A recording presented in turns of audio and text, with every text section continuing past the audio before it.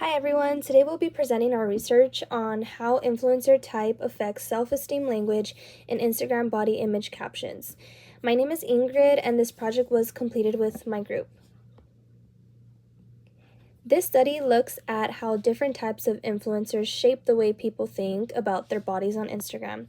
Specifically, we compare fitness influencers and body positivity influencers, focusing on the language they use in their captions. So to analyze this, we use a mix of methods, including thematic analysis, LIWC, and regression analysis. Our findings show that there are two main messaging styles. Fitness influencers tend to use more comparison-based language, focusing on goals, progress, and physical ideals. In contrast, body positivity influencers use more acceptance-based language that promotes confidence and self-acceptance. Overall, this is important because influencer content can impact self-esteem and either reinforce or challenge beauty standards. So now that we've gone over the overall purpose and key ideas of our study, I'm going to pass it over to my teammate who will talk us through the introduction and background of our study. I'll be doing the introduction portion of the presentation and the paper. Research shows that Instagram use is linked to higher body dissatisfaction and self-comparison, especially as users compare themselves to influencers with large followings. Fitness influencers promote fitspiration content that includes workouts, diet posts, physique checks, and studies link to this type of content to risks such as low self-esteem, body dysmorphia, and disordered eating.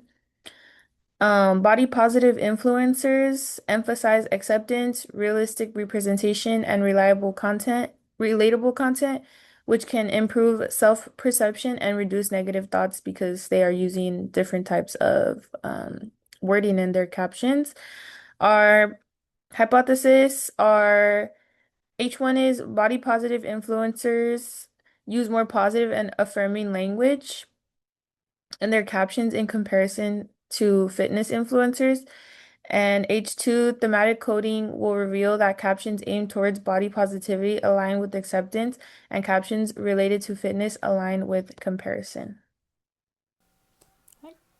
Okay. This conceptual model shows the relationship that is between the influencer type and the self-esteem language in Instagram captions. The independent variable in the study is the influencer type, which is divided into fitness influencers and body positivity influencers. Fitness influencers typically focus on things like appearance, like working out, and like body goals. Basically, like overall, just like body goals and very like emphasizing on that. While body positivity influencers tend to promote more like self love, like inclusivity, and acceptance of like different body types, and that type of language overall. The model we have here suggests that this relationship is influenced by two specific themes, which is comparison and acceptance. Fitness influencers are more likely to use comparison-based messaging, such as encouraging like people to improve or compare themselves to other people or like just ideal standards or social standards. Um, while on the contrast, body positivity influencers tend to promote acceptance based language that emphasizes more confidence in people and more self worth. These themes then these themes then affect the dependent variable, which is self esteem language, and self esteem language refers to words and phrases and captions that reflect confidence, positivity, and emotional tone. Overall, this model helps explain how different influencer styles can shape the language audiences are exposed to on social media. Hello, my name is Hector Gomez, and I will begin by reading off my first slide. These are keying around what I wrote in the paper. So for the first slide, it would be about data collection. And I built it around Instagram, so the point is to be dragged around Instagram. I took influencers that have to do with fitness, and then other influencers that have to do with body positivity. And I picked an even amount from both sides, that way it'd be even. And I tried not to be biased. I picked influencers that had over 10,000 followers and following, as it would make it easier. I can't really use a smaller creator because I can't really see the impact that they would have on people. If you have an audience, you're obviously doing something right. So using that, in the long run, is being seen by people. People are seeing it, people are interacting with it, and I believe that's what's important. So I use captions that specifically had hashtags, but I tried not to use captions that were only a hashtag or a really short caption that didn't really say much, like just a hashtag per se. I tried to pick things out that had a certain, like a sentence or just something positive. And I excluded promotional posts because people that use promotional posts aren't really too keen on the message. They're more so, it's more biased per se.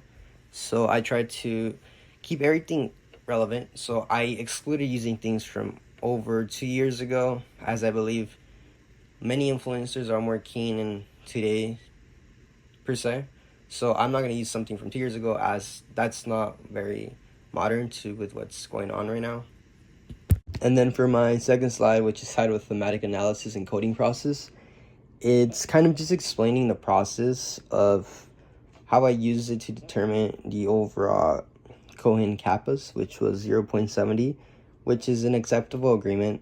It's not really like too keen to the right, not too keen to the left. It's kind of more moderate in a sense, where it's a little more keen towards one area, but not too much, not too far from the other. And I use this by dividing it over into 4 sections at one point. And I kind of try to divide each caption into like body positivity, achievement, appearance, and self-acceptance. And overall, after that, I was able to divide those 4 into 2 positive ones. Well, 1 positive and 1 negative. One being comparison and another one being acceptance. And overall, that ended up giving me the result of 0.70 acceptance agreement. And thank you. That is all I had to read today. Hi, good afternoon. My name is Jessie, and I am group number 7, and our topic is influencer type and self-esteem language in Instagram body image caption. So my part is about the literature review about this topic. So for my presentation slideshow, it is social comparison and influence and impact. So basically, throughout the last couple of years, we have seen how there's a lot of influencers and celebrities talking about their body and positive image, I guess, to motivate other people to do what they do. But some of these either body influencers or regular influencers or celebrities get exposed on the internet for lying about how they achieve their body or how they look. So, for example, there is a lot of influencers that work out, that obviously post pictures of them in the gym, their progress, or what they do throughout their workout. Obviously, they're trying to paint the picture of that's how they accomplish their look. But unfortunately, they end up getting exposed because some of the pictures that they post and videos are either photoshopped or AI. And that basically makes their followers disappointed because they had painted a picture about them working out, doing a lot of sacrifices, eating healthy to achieve that look, and obviously their followers do the same thing that they're trying to do, but at the end of the day, that's not even the case. Another situation that has happened is when celebrities talk about their appearances, that they don't get any plastic surgery, that everything is natural, that's how they were born, and stuff like that. And one big celebrity that always gets criticized on the internet is Kylie Jenner's.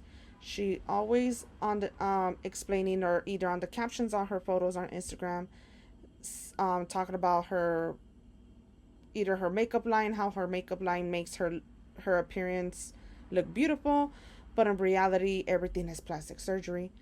Like recently, I guess they were talking about her breasts, but unfortunately, she had wrote in the comments who did her surgery, and obviously a lot of women are now wanting that procedure because obviously it looks nice. And I wish influencers and celebrities were honest in the beginning on how they achieve their looks, instead of just trying to paint this narrative that's not true, and that leads to people to do the same thing that they did when in reality it wasn't even that.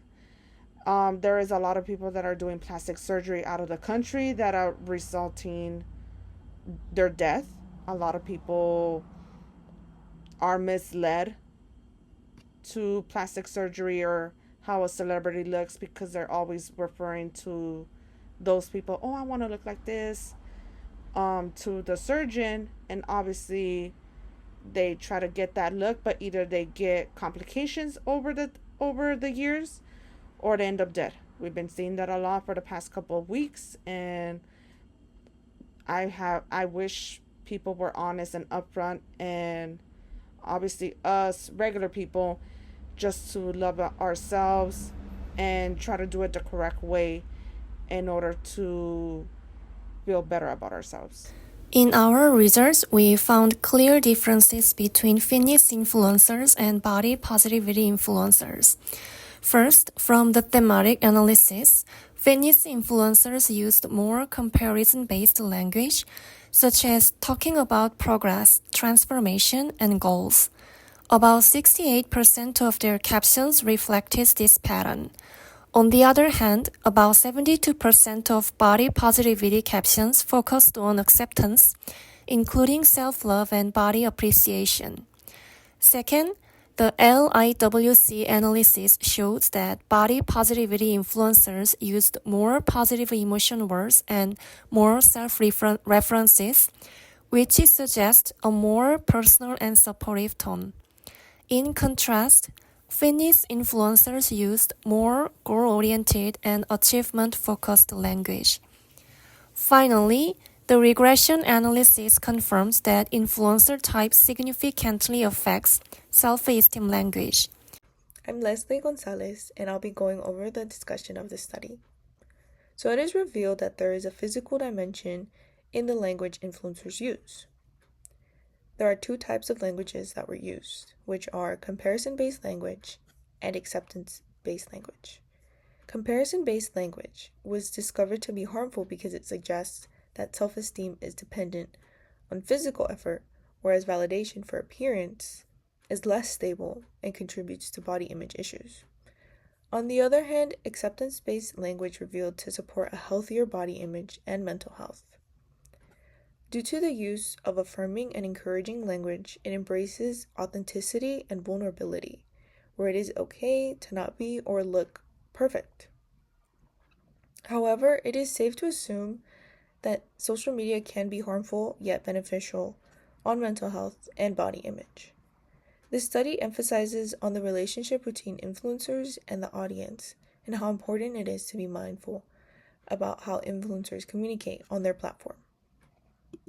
So for limitations and future research, some limitations of our study include the small sample size and the fact that we only looked at Instagram captions, which doesn't capture the full picture like images or audience reactions.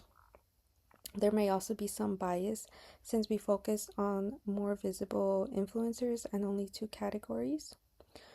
For future research, studies could use larger and more diverse samples, include more types of influencers, and compare different platforms like TikTok. Researchers could also look at how this content actually affects people's self-esteem through surveys or experiments as well. In conclusion, overall in the study, you're able to find that influencers types play an important role in shaping self-esteem, and in comparison to the two main patterns of either fitness or business positivity, fitness seems to focus more on goals and progress, while body positivity focuses more on accepting and self-love and inclusivity.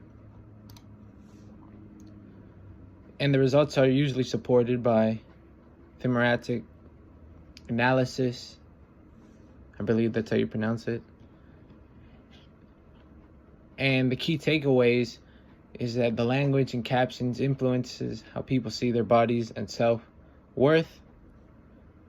And promoting acceptance-based content can support healthier self-esteem.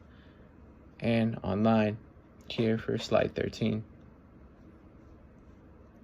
And through all these samples, and slide 14 show here the resources and the references that the group used. Thank you, and have a good day.